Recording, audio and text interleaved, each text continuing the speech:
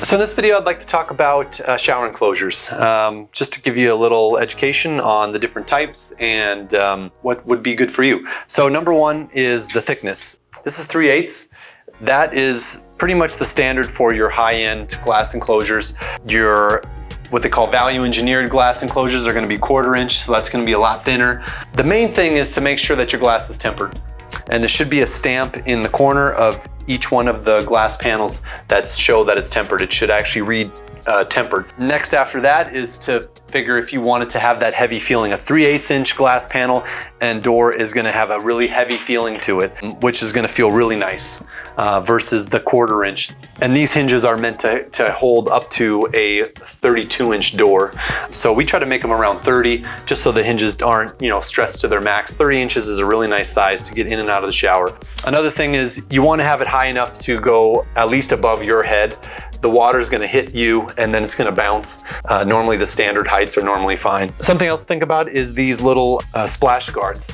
We took them off here because this is our showroom display and people, go in and out. Once you actually put them on, it is going to be unidirectional. So if you put it on the outside, it's going to have to close to the outside. If you put it on the inside, it's going to have to close to the inside. Now, something else to tell you with these frameless shower enclosures, they are not waterproof. The panels are a little more waterproof than the doors, but the doors have gaps on the bottom, gaps on the sides. If you take long showers and you have a shower head that's close to the door, it is gonna spray on the door and it is gonna leak through the door and on your floor. Now, if you have a tile floor and if you have tile base in your bathroom, that's not a problem. But if you have wood base, it could end up soaking it up if you take long showers and end up ruining the base, and then you have a problem that you have to deal with over and over again. Splash guards are nice, they'll help cut that down. Obviously they don't look as pretty as not having them on. They peel off, so I always start with telling folks that let's put them on first, see if you can get used to the way that they look, because they will keep a little more water inside the shower.